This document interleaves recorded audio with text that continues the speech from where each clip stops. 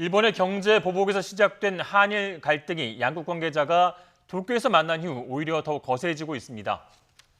특히 일본은 수출 절차 우대 제도인 이른바 백색 국가에서 한국을 제외하겠다며 강경한 입장인데요. 우리 측과 만난 뒤 연일 딴소리를 하는 일본의 속내는 무엇인지 장기화되는 한일 간 극한 갈등 문제 전문가 두 분과 짚어보겠습니다. 이원덕 국민대 교수, 조경엽 한국경제연구원 경제연구실장 나오셨습니다. 안녕하십니까? 예, 어서 오십시오. 안녕하십니까? 네. 요즘 두 분도 굉장히 바쁘시겠어요. 네. 먼저 최근의 이슈부터 좀 살펴보겠습니다. 지난 금요일에 한일 실무협상 이후에 이 양국의 공방이 계속되고 있는데 우선 회의 성격을 두고도 양국이 엇갈리는 입장을 보이고 있습니다. 화면부터 함께 보시겠습니다. 일본 측 설명은 30분에 그쳤고 4시간 이상 한국 측 입장과 쟁점에 대한 추가 반론이 있었습니다. 이걸 어떻게 단순히 설명회라고 말씀할 수 있겠습니까? 네, 우리는 양자 간의 협의라는 입장이고 일본은 단순히 설명회라는 입장인데요. 쟁점에 대한 논의가 이루어졌는데도 일본은 단순히 설명회라는 주장인데 일본의 격을 좀 낮추려고 하는 걸까요? 어떻게 보십니까? 아무래도 일본의 조치를 기정사실화하려고 하는 게 하나 있을 것 같고요. 그다음에 이게 이제 일본 국내 여론상 여러 가지 논란이 있기 때문에 일본 위주로 설명을 한 것이다. 이렇게 아마 국민에게는 알려고 하는 의도가 있는 것 같습니다. 네. 여기다가 또 일본 정부는 한국 측에서 수출 규제 철회 요구가 없었다 이런 주장을 펼치고 있습니다. 우리 측 실무진이 반박을 했는데 여기에 또 재반박을 했습니다. 역시나 이 화면 함께 보고 얘기를 좀 나누도록 하겠습니다. 철회 요청은 없었다라는 주장이 있는데 우리는 1측 조치에 대해서 유감 표명을 했고 1측 조치의 원상 회복, 즉 철회를 요청했습니다. 再度、会議録を確認したんですが、問題提起についてはあったんですが、撤回を求めたという明確な発言までは得られておりません。 네, 지금 회의 내용을 놓고도 입장이 다른 상황인데 진실 게임 양상으로 번지고 있습니다. 어떻게 보십니까? 예, 글쎄 그거는 앞으로 더 두고 봐야 되겠지만은 우선은 이제 WTO나 이런 데 갔을 때 누가 더 유리한 입장을 선점하기 위해서 지금 양국 간에 이런 이제 논쟁을 벌이고 있는 걸로 생각을 하고 있습니다. 그러니까 이게 어떤 WTO에서 예외 조항으로 하고 있는 어떤 국방이나 이런 이제 안보의 문제가 있는데 사전적으로 그렇게 해서 규제를 하더라도 사전적으로 좀 상대국에 협의를 하고 합의를 해야 되는 상황이 있기 때문에 아마 그런 측면에서 서로가 이제 논쟁을 하고 있지 않나 하는 생각이 듭니다. 네. 실무단 협의에서 일본이 이번 수출 규제 조치에 대해서 설명을 했는데 한국이 이 짧은 이 납기 요청을 관리가 미흡했다는 점, 그리고 일본에서 한국으로 가는 수출에 부적절한 사안이 발생했다는 점을 들었는데요. 그 근거가 좀 구체적이지 않은 것 같습니다. 이렇게 명확한 근거 없이 주장만 하고 있는 그런 셈이라고 볼 수 있죠. 네, 제가 보기에도 그렇습니다. 지금 경제 산업성이 주로 주도하고 있는데 직접 아주 명확한 형태로 지금 수출 규제하는 이유를 설명하지 않고 오히려 미디어나 또는 관계자들의 말을 통해서 흘리고 있는데 대체로 이런 겁니다. 말하자면 한국이 무역 관리를 제대로 하고 있지 못해서 전략 물자가 제3국으로 유출된 사태가 있었다. 매우 부적절한 사례다. 또는 심지어는 미디어에 나와서 말레이시아에 있었던 김정남의 독살 사건의 말하자면 재료가 한국에서 유출됐을지도 모른다라든지 또는 한국이 지금 대북 유엔 제재를 하고 있는데 한국의 대북 유엔 제재가 헐렁해서 말하자면은 환적 사태 같은 게 일어나고 있다라든지 그런 식으로 말을 흘리고 있습니다. 그러니까 아까 조 박사님 잘 설명하셨다시피 수출 규제를 할 수 있는 이유는 WTO의 규범에 따르면은 안보상의 이유, 전략 물자를 관리하지 못한 것은 예외로 이제 인정을 해주고 있기 때문에 그쪽에 설명을 함으로써 그들의 조치를 정당화하려고 하는 그런 의도가 있는 것 같습니다. 제가 보기엔 좀 경광부회적인 설명이고요. 오히려 이런 보복 조치를 하는 거에 가장 근저에는 징용 문제에 대한 아마 불만이 누적돼 있는 것이 아닌가 이렇게 봅니다. 지금 일본의 경제 제재가 더 강화될 것으로 보이는데 보면은 백색 국가, 이른바 화이트리스트에서 한국을 제외하겠다 이런 얘기가 나오고 있습니다. 일단 그 화이트리스트가 뭔지부터 설명을 좀 해주시죠. 조 박사님이 더 뭐 잘 설명하실 네. 것 같은데 제가 간단히 말씀드리면은 네. 아까 말씀드렸다시피 안보상에 문제가 있는 경우 안보 우호국에게는 말하자면은 수출을 간소화하는 포괄적으로 그거를 인정해주는 그런 우대 조치를 해주고 있는데 예. 안보상에 어떤 문제를 가지고 있는 경우에는 하나하나 건건이 규제를 할 수 있다 이런 이제 룰을 가지고 있는데 그걸 이제 캐치홀 규제라고 하죠. 예. 만약 캐치홀 규제가 적용이 된다고 하면은 약 1,100여 가지의 품목에 대해서 일일이 규제할 수 있다 이런 걸로 되어 있다고 봅니다. 예, 네. 좀 더 구체적으로 말씀을 듣고 싶습니다. 예, 지금 뭐 이 교수님께서 말씀하셨듯이 이제 화이트 리스트에서 이제 제외가 되면 지금 식품, 목재 이런 것을 제외하고는 한 1,100개 이상이 이제 품목이 수출 규제 대상이 되는 걸로 보이고 있습니다. 네. 그래서 이제 이게 품목마다 이제 일본에 어느 정도 의존을 하고 있느냐, 아니면 이제 대체 국가들이 좀 존재하느냐, 그다음에 얼만큼 핵심 소재이냐 뭐 이런 거에 따라서 그 품목마다 이제 영향이 상당히 다르게 받을 거로 예상이 되고 있는데요.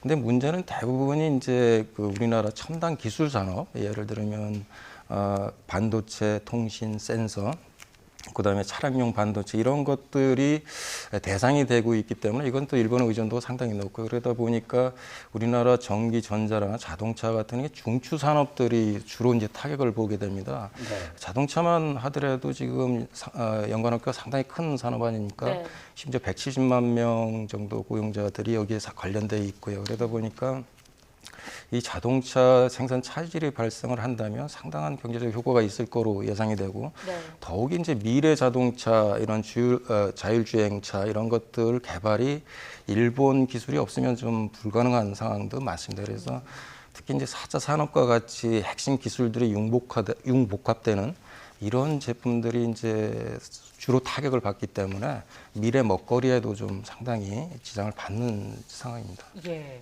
그 일본에서 우리나라를 그 백색 국가에서 제외하는 거는 어떤 기정사실화 됐다고 볼 수 있는 겁니까? 뭐 아직은 100% 아니고요. 네. 그 시한을 정했죠. 7월 네. 24일까지 일단 그 검토를 하겠다고 그랬고 8월 중에 아마 그 리스트에서 제외하는 그 결정을 할 수 있다 이렇게 되어 있는데 다만 여기서 그 지금 현재 일본이 보복적 조치로 발동하고 있는 게 두 가지인데요. 예. 우리 반도체하고 디스플레이 산업의 핵심 부품 세 가지에 대해서 그렇죠. 일단 예, 예. 수출 규제를 할 수 있다 이렇게 되어 있고 그다음에 8월 중에 아마 그 나올 수도 있는 백색 국가로부터 제외하는 조치. 네.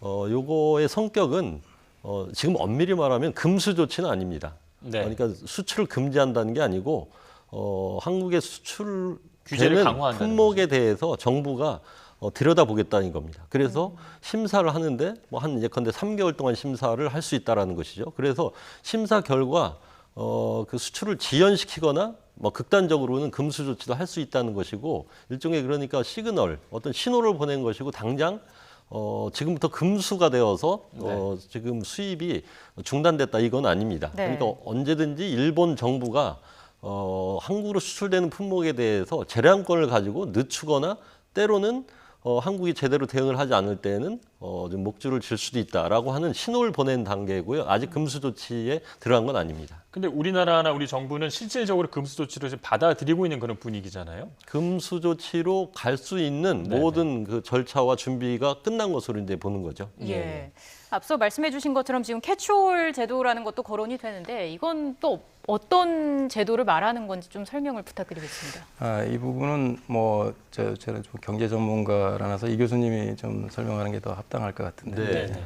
그러니까 그 핵심 품목 3개에 대해서 그 수출을 규제한다고 하는 조치 이후에 나온 건데요. 네.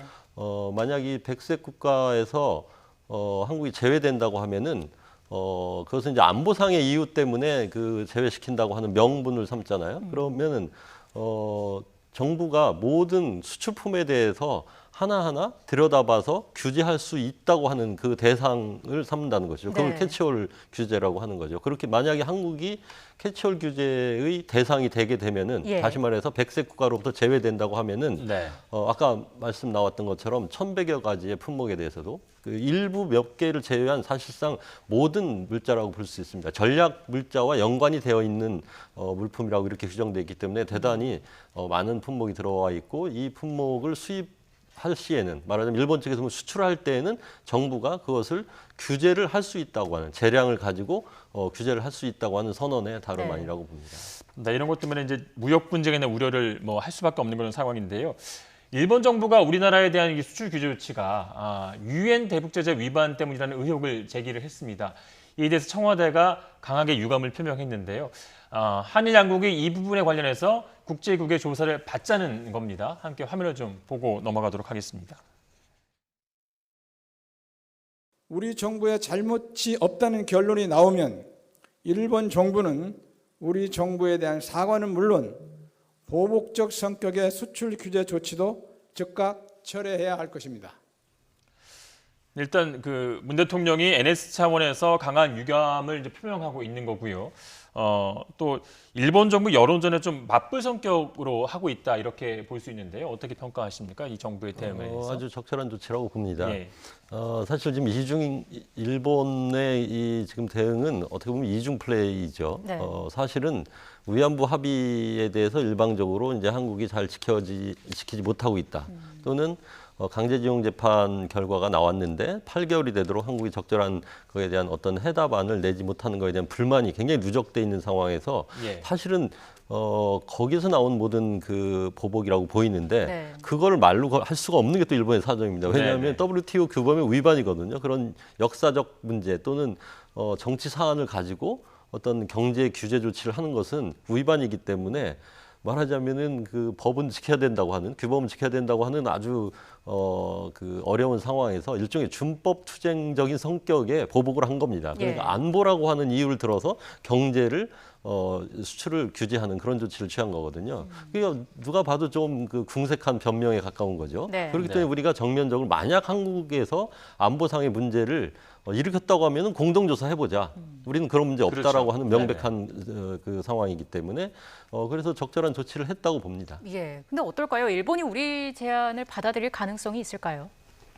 지금으로서는 그 가능성을 좀 낮게 보는 게 사실입니다. 지금 이제 어차피 이 무역 제재가 지금 시작이 됐고, 그다음에 이제 화이트도 이제 화이트 국가에서 좀 배제를 하겠다고 얘기를 한 상황이고, 이래서 지금은 계속해서 더 확대되는 향상으로 가고 있고, 여기에 대해서 이제 우리 정부나 그 일본 정부들의 이제 정치적 이유도 좀 깔려 있는 것 같아요. 네. 그래서 앞으로 조금 이제 이런 분쟁이 한일 무역 분쟁은 지금보다 더 강화되는 쪽으로 좀 갈 것 같아요. 네.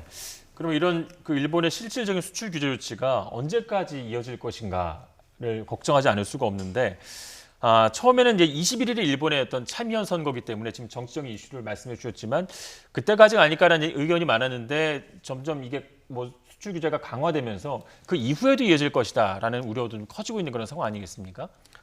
제가 보기에는 그 참의원 선거 때문에 정치적으로 이걸 이용하기 위해서 이런 조치를 내놨다 하는 거는 너무 제가 보기엔 피상적인 분석이고요. 참의원 일정과 상관없이 예. 보복적인 성격의 조치는 중장기적으로 지속될 가능성이 있다고 봅니다.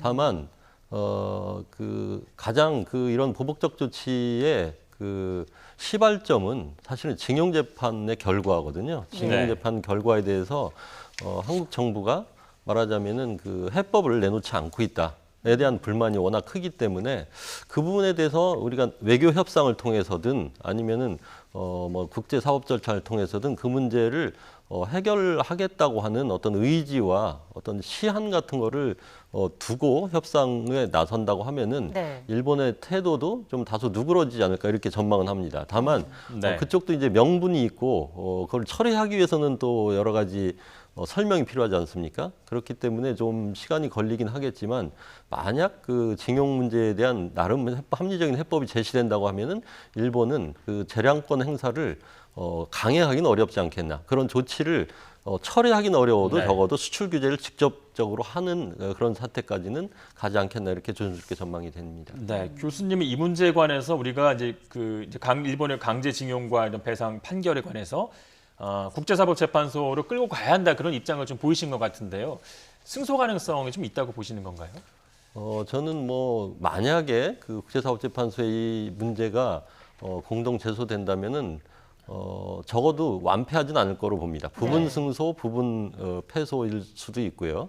더 제가 생각하기에 가능성 있는 시나리오는 이게 한 4년 정도 걸린다고 보는데 네. 4년까지 최종 결론이 나오기까지 결국은 한국 정부와 일본 정부가 화해를 하는 그런 수순을 밟지 않게 될까 이렇게 저는 전망을 하고 있습니다. 위원님께서 덧붙이고 싶은 말씀 있으십니까? 예, 근데 승소 가능성이 이제 반반이더라도 지금 말씀하셨듯이 그 4년 걸리는 과정이 있잖아요. 네. 그러니까 이제 그 기간 동안이 이제 문제인데요. 그 기간 동안에 이제 이게 한일 분쟁이 어떤 양상으로 가느냐. 네. 실질적으로 이제 금수 조치까지 가면 경제적 효과가 상당히 큽니다. 그러니까 어떻게든 이제 외교적 노력을 통해서 금수 조치는 아니고 어떤 허가제도 그래도 가능한 지금 이제 이 화이트 국가에서 제외된 정도의 이제 다른 국가들처럼 그런 식으로 어떤 허가라도 제대로 이렇게 절차가 밟는 이런 거는 좀 진행이 됐으면 하는 생각입니다. 예. 일본이 실질적인 이런 수출 규제의 원인이지만 말하지 못하겠는 거를 우리가 끌어내서 근본적인 문제 해결책으로 국제사법재판소로 가자 이런 의견이신데 우리 정부도 이런 부분을 좀 검토하고 있는 것으로 보이십니까? 우리 지금 WTO 제소하고 ICJ 제소를 혼동해서 보면 안 되는데요. 네. 제가 말씀드렸던 거는 이제 징용 재판 문제와 관련한 그 ICJ에 관한 얘기인데 네.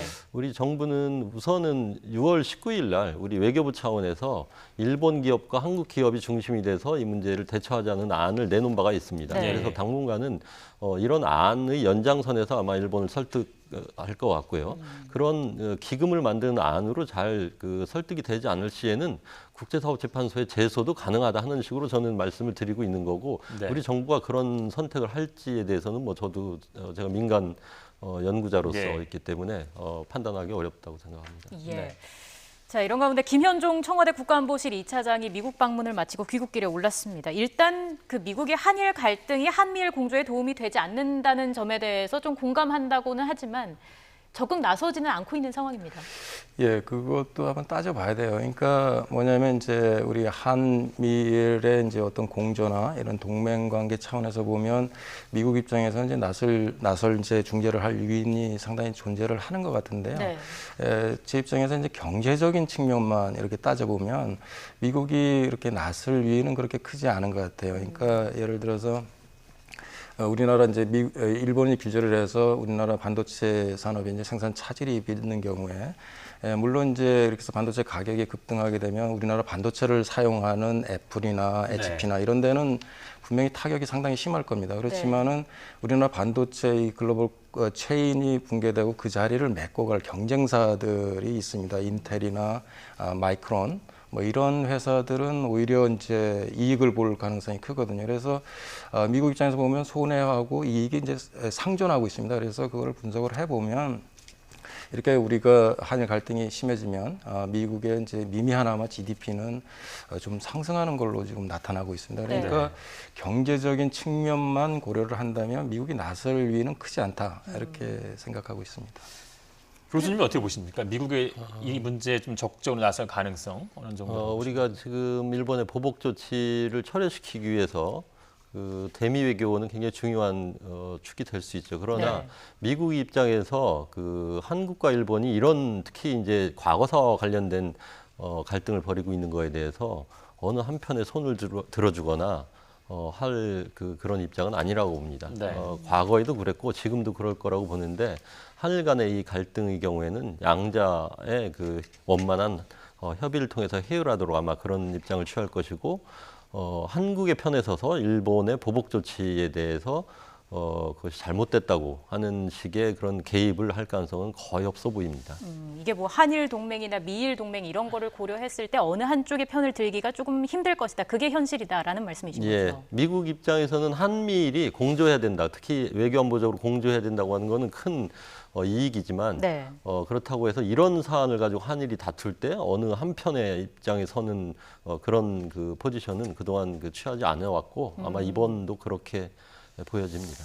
그래도 지금 뭐 화면에 김현종 차장 모습도 나오고 있지만 우리 정부에서 좀 적극적으로 미국에 가서 협조를 구하는 이런 노력들이 그래도 좀 실익이 있지 않을까라는 거 분석하는 부분도 있는 것 같습니다.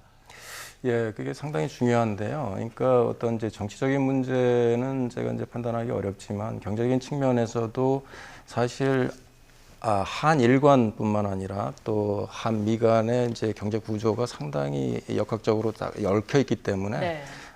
한쪽의 영향이 다른 쪽의 영향이 같이 다 이렇게 전반적으로 세계 경제가 영향을 주기 때문에 그것을 이제 우리가 이런 갈등으로 해서 피해가 되는 기업들을 적극적으로 만나고 네. 그래서 그런 이제 기업들을 설득을 해서 그분들이 좀 이렇게 적극적으로 중재하는 이런 역할을 하도록 하는 거는 상당히 중요한 일입니다. 예. 두 분의 말씀 종합해 보면은 뭐 일본의 경제 보복이 장기화될 가능성을 배제할 수 없는 상황인데 우리 경제에 미칠 영향 좀 더 자세하게 짚어보고 싶습니다. 어떤 네, 영향이 우리 있을까요? 아무래도 경제 전문가께서 설명해 네, 주시면 먼저 좋을 설명해 것 주시죠. 같네요. 이게 지금 과거부터 무역 갈등, 국제간 무역 갈등은 상당히 많이 존재해 왔습니다. 그런데 대부분이 이제 어떤 상대국의 생산 단가를 높여서 수출 경쟁력을 좀 떨어뜨려서 이익을 보자는 이런 이제 관세 전쟁 아니면 이제 가격 규제가 대부분이었거든요. 그래서 지금과 같은 경우에도 만약에 가격이 많이 높더라도 우리가 그거를 얼마든지 구입만 할 수만 있다면 생산 차질이 발생을 하지 않고 또 우리나라 반도체가 상당히 점유율이 높지 않습니까? 세계적으로. 네. 예. 그러다 보면 이제 가격을 높이더라도 수요가 그렇게 떨어지지 않습니다. 이런 식으로 이제 분석을 해보면 0.15 정도 아니면 0.1도 안 되는 이제 GDP 손실이 발생을 합니다. 네. 그렇지만 이제 문제는 이거는 그런 가격 규제가 아니라 어떤 핵심 소재를 공급을 차단을 해서 우리나라 반도체 공급망 자체를 붕괴를 시키는 이런 식의 이제 무역 분쟁으로 치닫고 있기 때문에 사실 문제의 심각성이 상당히 큰데요. 그래서 현재 세 가지 품목이 수출되는 비중이 뭐 3억 8,500만 달러분은 얼마 되지도 않습니다. 그런데 거기에 30%만 부족하더라도 우리나라 반도체 생산이 140조 원이 지금 넘는 상황이에요. 근데 네. 거기에 30%가 떨어지니까 엄청난 이제 파급 효과를 갖고 오고 이런 식의 이제 어떤 공급망 체인을 붕괴시키는 걸로 가정을 하고 분석을 하면 소재가 한 30%만 부족을 하더라도 좀 GDP가 2.2%나 감소하는 이런 식으로 나타나고 있습니다. 그래서 어쨌든 이 한일 무역 분쟁이 이와 같이 어떤 우리나라 반도체 공급망을 공격하거나 또 아니면 백색 화이트 국가에서 이제 제외를 시켜서 다른 산업, 우리 중추적 산업까지 확장이 된다면 사실 우리나라 경제에 치명적인 타격이 될 것 같습니다. 우리나라 경제에도 좀 타격이 되지만 일본에서 우리가 수입하는 소재를 가지고 우리가 만든 반도체와 디스플레이를 가지고 다시 일본에 수출하는 구조잖아요. 일본도 결국은 이제 손해가 아닐까라는 좀 생각이 들고 그렇습니다. 그런 전망도 당연히 있는데요. 지금 이 제조업이라고 하는 게 글로벌 서플라이 체인이라고 그래서 이 국제 분업 구조로 되어 있거든요. 네. 그렇기 때문에 당연히 일본 산업에도 피해가 가죠. 그러나 한일만 놓고 볼 때 어느 쪽의 피해와 손실이 클까 하면은 아무래도 비대칭적이라고 봅니다. 한국의 손실이 더 큰 거고요. 또 한국과 일본의 산업에만 영향이 있는 게 아니라 글로벌 시장 전체를 교란하는 거기 때문에 이거는 굉장히 중요한 문제라고 생각합니다. 제가 어제까지 좀 일본 출장 때문에 일본 현지에서 좀 분위기를 보고 여러 전문가들과 의견을 나눴는데 일본의 사실은 아베 정부 내부에서도 반드시 이런 보복적인 조치에 대해서 컨센서스가 있는 것 같지 않습니다.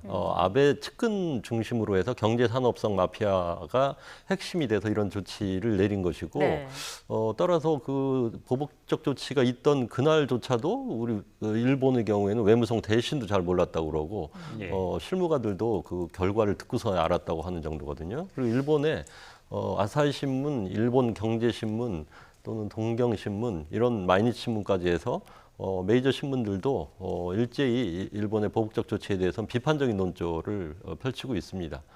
사실 일본은 자유롭고 공정한 무역을 하겠다고 하는 게 국책이거든요. 예. 그런 원칙에 보면 이번 조치는 대단히 반하는 겁니다. 네. 그래서 좀 우리가 국제 여론도 환기하고 우리가 좀 보편성 있는 그리고 국제 사회에서 설득력 있는 논리와 대항책을 가지고 이 문제를 대하는 게 훨씬 더 효과가 높지 않을까 이런 생각이 듭니다. 제가 뭐 거기에 한 가지만 더 붙인다면 물론 이제 이렇게 보복을 가서 확전이 되고 그러면 우리나라가 일본보다 훨씬 더 큰 피해를 보는 게 사실입니다. 예. 그런데 이 보복 조치를 하기 위해서 일본은 지금 상당히 정교하게 계산된 3가지 품목을 선정을 하지 않았습니까? 네네. 자기네들이 수출 비중, 우리나라의 수출 비중은 낮으면서 우리는 절대적으로 의존하고 그러니까 자국 내 산업은 그런 큰 피해가 안 가면서 우리는 결정적인 타격을 주는 이런 품목을 선택을 한 거거든요.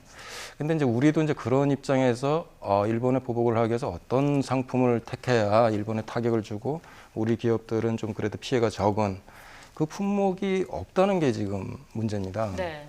대부분의 일본으로 이제 수출하는 게 석유 제품이나 석유 이런 것들인데 이거는 거의 중국이나 이런데 대만, 동남아시아하고 무제한 가격 경쟁을 해서 수출하는 거니까 당연히 안 되고요.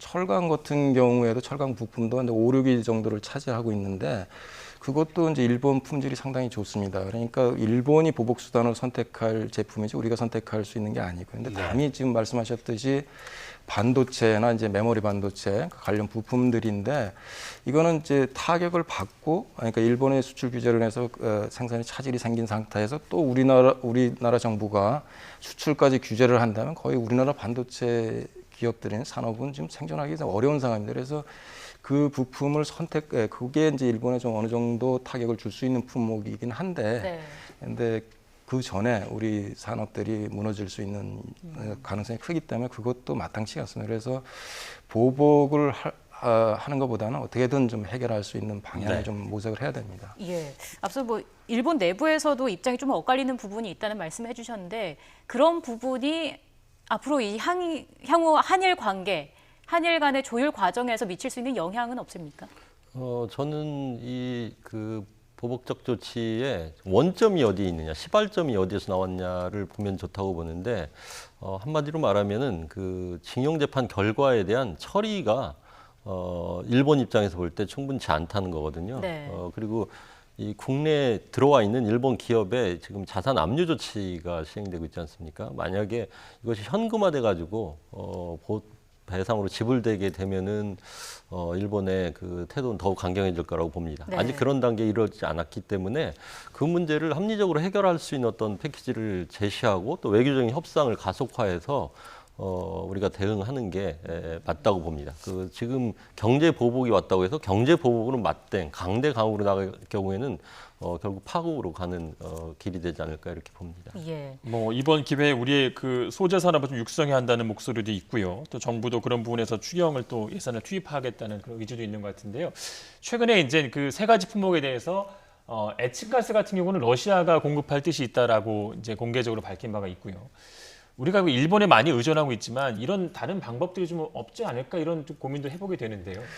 글쎄요, 이제 러시아가 이제 에칭가스를 공급하겠다고 하는데 그 에칭가스가 우리나라 수입 비중이 일본으로 하는 게 2% 되는데, 근데 이제 문제는 반도체에 사용되는 에칭가스는 한 100%가 지금 일본에서 오고 있습니다. 그러니까 러시아 제품을 한 번도 사용해 본 적이 없고 품질이 어느 정도인지도 검증이 안 되고, 특히 에칭가스 같은 경우에는 반도체 고품질이어야지만 가능한 거거든요. 그래서 거기 불확실성이 큰 것 같습니다. 그리고 주로 이제 지금 우리가 논의되는 게 국산화를 통해서 대체를 해야 된다. 물론 이제 그런 문제들은 이런 분쟁이 있던 없던 간에 우리가 계속해서 추구해야 될 문제였고요. 그런데 지금 그것도 여의치 않은 게 뭐냐면 국내에서 그런 제품을 공급하는 업체들을 보면 또 일본에서 원재료를 갖다가 사서 이렇게 공급을 하는 형태로 취하고 있습니다. 그러니까 결국 이제 국산화를 통해서 대체 상품을 만들어가는 것도 상당히 시간이 걸리고